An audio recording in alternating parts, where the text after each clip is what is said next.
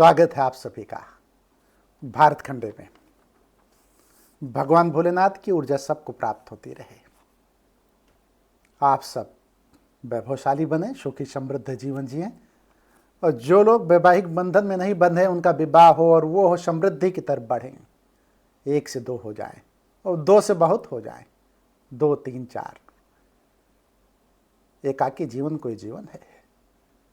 इसलिए मैं कहता हूं कि जिनको बाधा है, जिनको दिक्कत है, परेशानियां हैं, वो उपायों के जरिए अपनी बाधाओं को खत्म कर सकते हैं। मैं तो बार बार कहता हूं कि अपनी कुंडली के अनुसार आप उपाय करें, रेमेडी करें, लेकिन यदि कुंडली के हिसाब से आप उपाय नहीं कर रहे हैं तो कई उपायों को करना पड़ेगा, और जो उपाय आपके कुंडली के अनुसार मैच करेगा वो उपाय आपके ऊपर फिट हो जाएगा, वो आप जो विवाह बंधन में बन जाएंगे। बहुत सरल सा उपाय है। तो इसलिए मैं कहता हूं कि ये उपाय जो मैं बता रहा हूं, ये गुरु ग्रह यदि कमजोर है तो, राहु और शनि की दिक्कत है तो, मंगल दोष है, अगर कोई मांगलिक है तो भी काम करेगा। राहु और शनि का इल्यूजन पैदा हो रहा है, उसकी वजह से जो है कहीं ना कहीं बाधा आ रही है, विवाह बंधन में आप नहीं बन पा रहे हैं। तो उसके लिए बहुत ही कारगर उपाय है। शुक्र यदि कमजोर है तो भी काम करेगा। क्या है ये उपाय? तो मैंने थोड़ी देर पहले बताया कि पीली सरसों और तांबे का उपाय है ये। तो इसको करना है आपको। युवक युवती खुद कर सकते हैं, वो लोग जो विवाह बंधन में नहीं बंधे हैं, युवक और युवती, वो कर सकती हैं। और अगर वो असमर्थ हैं करने में, दूर दराज कहीं रह रहे हैं, तो माता पिता भी कर सकते हैं। भाई बहन के लिए कर सकता है, बहन भाई के लिए कर, मतलब ब्लड रिलेशन में कोई एक दूसरे के लिए कर सकते हैं। आपको लेना होगा तांबे का एक छोटा सा टुकड़ा, चाहे वो गोल हो चाहे चौकोर हो। 1 मुट्ठी पीली सरसों आपको लेना होगा। इसमें बहुत ज़्यादा चीज़ों की ज़रूरत नहीं है। कलावा, जिसको आप मौली भी कहते हैं, कहीं कहीं कलावा बोला जाता है तो कहीं कहीं मौली बोला जाता है, उसको आप ले लें। करना क्या है, इस उपाय को शुक्ल पक्ष पे अगर करते हैं तो बहुत अच्छा है। और करना किस दिन है? गुरुवार के दिन। लेकिन यदि शुक्ल पक्ष को आप नहीं कर पा रहे हैं तो कृष्ण पक्ष में कर लें। लेकिन जो कृष्ण पक्ष में कर रहे हैं तो शुक्ल पक्ष और कृष्ण पक्ष में अंतर ये रहेगा, उसका प्रभाव थोड़ा सा बढ़ जाता है जब आप शुक्ल पक्ष में करते हैं। तो मैंने तो कई लोगों को यह भी बताया कि यदि शुक्ल पक्ष में आप नहीं कर पा रहे हैं तो कृष्ण पक्ष में करें, लेकिन यदि मौका मिले तो दोबारा शुक्ल पक्ष में कर दें, और 2 बार करने से ऊर्जा और आपको मिल जाएगी। इसलिए 2 उपाय कर लें आप। एक कृष्ण पक्ष आ रहा है तो उस दिन कर लें, और एक शुक्ल पक्ष, ठीक है, शुक्ल पक्ष पहले आ रहा है तो दोबारा करने की जरूरत नहीं है। पीला कपड़ा अपने सामने बिछा दें। जो आपने पीला कपड़ा ले रखा है उसको अपने सामने बिछा दें। उस पर तांबे को आप रख दें, और तांबे के ऊपर आप सरसों रखते हैं। पीली सरसों कितनी? 1 मुट्ठी सरसों। क्योंकि कपड़ा आपका इतना है कि 1 मुट्ठी सरसों उसमें आ जाएगी, तो 1 मुट्ठी सरसों उस पर आप रख दें। और अब इस सरसों की एक पोटली बना लें, मतलब उठा लें, उठा करके उसको बांध दें। और बांधें तो कलावा से उसको 7 बार, 7 राउंड लपेट दें। कलावा या मौली, जिसको मैंने बोला अभी थोड़ी देर पहले, तो इससे आप लपेट दें। और लपेटने के बाद जो है आप एक मंत्र बोले, बहुत छोटा मंत्र है, ओम पार्वती पतये नमः। ओम पार्वती पतये नमः 21 बार आप इसको बोले। और 21 बार बोलने के बाद आप चुप होकर के मन में ही अपने भाव जो भगवान से कहने हैं उसको व्यक्त करें। तो एक लंबी सांस लें पहले, डीप ब्रीथ, और उसके बाद जो है आप भगवान से वो चीज़ बोले, और थोड़ी देर आप मौन रहें। उसके बाद आप इस पोटली को किसी भी उस जगह पे जहाँ पे आपके कपड़े हों वहाँ ले जाके रख दें, अलमारी में, रैक में, किसी भी जगह पे। जानते हैं इससे क्या होगा? इससे जो नकारात्मक प्रभाव है सूर्य का और गुरु का, वो समाप्त हो जाएगा। ये जो पीली सरसों है और तांबा है ना, ये गुरु और सूर्य के नकारात्मक प्रभाव को खत्म कर देते हैं। अगर आपका शुक्र कमजोर है तो शुक्र बलशाली हो जाएगा। और उसी जगह पे यदि जो है राहु केतु का इल्यूजन है, भ्रम है, भ्रांति है, आपका होते होते काम बिगड़ जा रहा है, विवाह बाधा इतनी तगड़ी है कि उस पर जो है काम ऐसा लगता है कि हो जाएगा, लेकिन एकाएक रुक जा रहा है।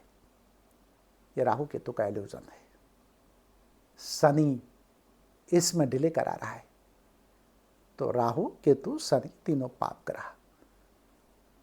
तीव्र ग्रह में सूर्य और जिसको कहते हैं कि तापीय ग्रह मंगल आता है। शांत ग्रह शुक्र है। यहां सबसे बड़ी दिक्कत अगर किसी को है आपके विवाह में, तो राहु केतु और शनि को है। तो राहु केतु और शनि का प्रभाव, जो इल्यूजन है राहु का विशेष करके, वो समाप्त हो जाएगा। तांबा में और आपके इस पीली सरसों में इतना बड़ा दम है कि वो इसके इल्यूजन को खत्म कर देगी, और जितनी निगेटिविटी है ना आपके नकारात्मक प्रभाव को सोख लेगी। तो जिस दिन वो नकारात्मक प्रभाव को सोख लेगी, उस दिन आपका सारा का सारा ग्रह दोष खत्म हो जाएगा। और छोटा उपाय, इसमें पैसे भी नहीं लगने हैं। पीली सरसों में कौन सा पैसा लगेगा, मौली या कलावा में कौन सा पैसा लग जाएगा, या तांबे का टुकड़ा छोटा सा कहीं से भी ले लेंगे, कौन सा पैसा लग जाएगा। एक छोटा सा टुकड़ा लाल कपड़े का, वो कौन सा पैसा लग जाएगा। इसमें पैसा लगना ही नहीं है। मैंने दिन बता दिया, सुबह का समय करना है, मैंने ये भी बता दिया। सुबह के समय जब आप उठें तो स्नान ध्यान कर लें। स्नान ध्यान करने के बाद आप सुबह पहले से ही, एक दिन पहले ही सारी जितनी भी सामग्री है उसको इकट्ठा किए रहें, और जब सुबह उठें जो है तो स्नान ध्यान करने के बाद इस चीज़ को आप कर लें। ये उपाय कारगर उपाय है। ये प्राचीन काल से होता चला आया है, और बहुत समय से मैंने कई लोगों के उपाय किया है, बताया है, और उपाय जो है कारगर रहा है। एक बेटी थी, उस बेटी की शादी नहीं हो रही थी, लड़की थी जो है उसकी शादी नहीं हो रही थी। उसके घर वाले बहुत परेशान थे, और ये मैंने पहले भी ये बात बताई थी शायद। ये बड़ा मनोरंजक किस्सा है जो है, आप लोगों को भी जानना चाहिए इसको। एक बार ऐसा हुआ कि हमारे जानने वाले हमारे एक साधक थे, तो उनका एक बेटा था जो है, तो वो जो है मतलब शादी तय करने तो जाता था।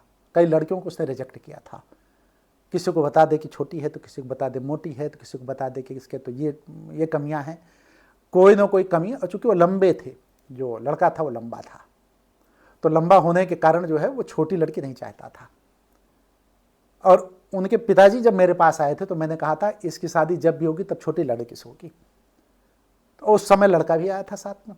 तो लड़का जब आया था तो उसने कहा कि मैं छोटी लड़की से गुरुजी करूंगा ही नहीं, तो लड़की से कैसे होगी छोटी। तो हमने कहा होनी है तो होगी। अब वो अपने दिमाग में बैठा लिया कि मुझे छोटी लड़की से शादी नहीं करना है, जिसका कद मेरे बराबर हो, या पुरुष मतलब लड़का लड़की में जो अंतर मामूली होता है वो अंतर जो है उससे मैं शादी करूंगा। कम से कम उसने 1 दर्जन शादियों को रिजेक्ट किया छोटी लड़की के चक्कर में। अब देखिए सबसे मजेदार बात, मैंने जो बात उसको बताई थी, जिस जगह पे उसकी शादी तय हुई उस जगह पे हुआ क्या कि उस जगह पे जब ये गए तो जिस लड़की को देखना था उस लड़की को उन्होंने देखा, और लड़की जब वहाँ पे दिखाने के लिए आई चाय वगैरह लेकर के, तो सबसे पहला काम इन्होंने क्या किया कि जब वो गुजर रही थी तो वो उसी समय खड़ा हो गया, और जब खड़ा हुआ तो उसने देखा कि मेरी हाइट इसकी हाइट का अंतर कितना है। तो उसकी हाइट ठीक ठाक थी, और बढ़िया हाइट, बस वो चेहरा ठीक था, सारी चीज़ें ठीक थी, हाइट भी अच्छी आ गई। उसने उसी समय डन कर दिया, और उसके दिमाग में बात बैठी थी गुरुजी ने जो बताया है उसका उल्टा हो रहा है। और मेरा मन भी था कि मेरी हाइट जो है, मतलब उस लड़के ने अपने मन में सोचा कि मेरा मन भी था कि हाइट जो है उसकी ज़्यादा रहे। खुश होकर के चलाया, विवाह तय हो गया। उनके पिता आए मेरे पास, उन्होंने कहा कि आपके आशीर्वाद से विवाह तय हो गया है, और लड़की की हाइट जो है वो ज़्यादा है, लड़के के बराबर है। तो मैंने कहा बड़ी अच्छी बात है, लेकिन जो चीज़ें मैंने देखी थी वो चीज़ें मैंने बताई थी। विवाह हो गया। विवाह होने के बाद जब लड़की आई तो लड़की ठीक है, सारी चीज़ें थी, लेकिन कुछ दिन बाद जब मेरे पास आए तो उन्होंने बताया कि लड़की छोटी है। तो हमने कहा फिर उस समय कैसे बड़ी हो गई थी। तब राज जब खुला, यद्यप ऐसा नहीं करना चाहिए, लड़की वालों को भी ऐसा नहीं करना चाहिए, छल छद्म कपट ये सारी चीज़ें नहीं करनी चाहिए। लेकिन कहते हैं कि संजोग तो ऊपर से रच के आता है। महादेव जिसके साथ जिसकी जोड़ी बनाए है उसके साथ ही तो होगी, चाहे मजाक में हो जाए, चाहे किसी क्रिया से हो जाए, चाहे कहीं की प्रेरणा से हो जाए। तो जानते हैं उस दिन क्या हुआ था, वो लड़की ऊंची हिल की सैंडल पहन करके आ गई थी, और उसने घाघरा पहन रखा था जो कि पैरों तक नीचे तक जा रहा था। पूरी सैंडल जो है घाघरे से ढकी हुई थी। जब वो लड़का खड़ा हुआ तो उसकी हाइट बढ़ गई थी लड़की की, तो उसने देखा कि दोनों की हाइट तो बराबर आ रही है, थोड़ी सी छोटी आ रही है। उसी समय उसने डन कर दिया कि लड़की की हाइट अच्छी है। लेकिन संजोग उसका बिगड़ गया, हाइट छोटी मिली। एक बात मैं यहाँ बताना चाहूँगा, जो होना है वो हो के रहेगा, जिसके साथ संजोग रचा गया है वही होगा। लड़की छोटी हो या बड़ी हो प्रश्न ये नहीं उठता, लड़की का स्वभाव कैसा है, लड़की की क्रिया कैसी है, क्या आपके परिवार को या आपको संभाल सकती है, या लड़का उसको पूरा सपोर्ट कर सकता है, क्या मनोभाव दोनों के एक दूसरे से मिलते हुए मिलेंगे, क्या आपसी सामंजस्य बैठेगा, क्या एक दूसरे के दुख दर्द पीड़ा को समझेंगे, क्या दोनों एक दूसरे के तकलीफ को या परिवार कुटुंब में जो तकलीफ हो रही है उसको समझेंगे। स्वभाव से बात होती है, इनर कैसा है, मतलब आपका अंतःस्थ स्थल कैसा है, आप अंदर से कैसे हो, आपके मन बुद्धि चित्त ये सारी चीज़ें कैसी हैं, अंदर की पवित्रता देखी जाती है। कोई बहुत लंबा हो और उसके गुण ना हो तो किस काम का, और कोई छोटा है लेकिन गुणवान है, गुणवती है, तो सो फार गुड, बहुत अच्छी बात है।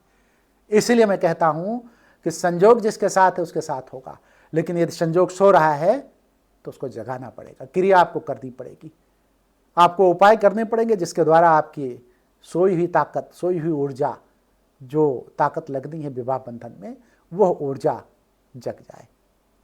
तो जो क्रिया है ना, ये आपके लिए जीवन को बहुत अच्छा उन्नति की तरफ ले जाएगी, इसमें कोई दो राय नहीं है। पीली सरसों और तांबे का ये उपाय है, इसको टोटका कह सकते हैं, इसको रेमडी कह सकते हैं, इसको आप करें, निश्चित तौर पे आपका बच्चा या लड़का लड़की वैवाहिक बंधन में बंधेंगे।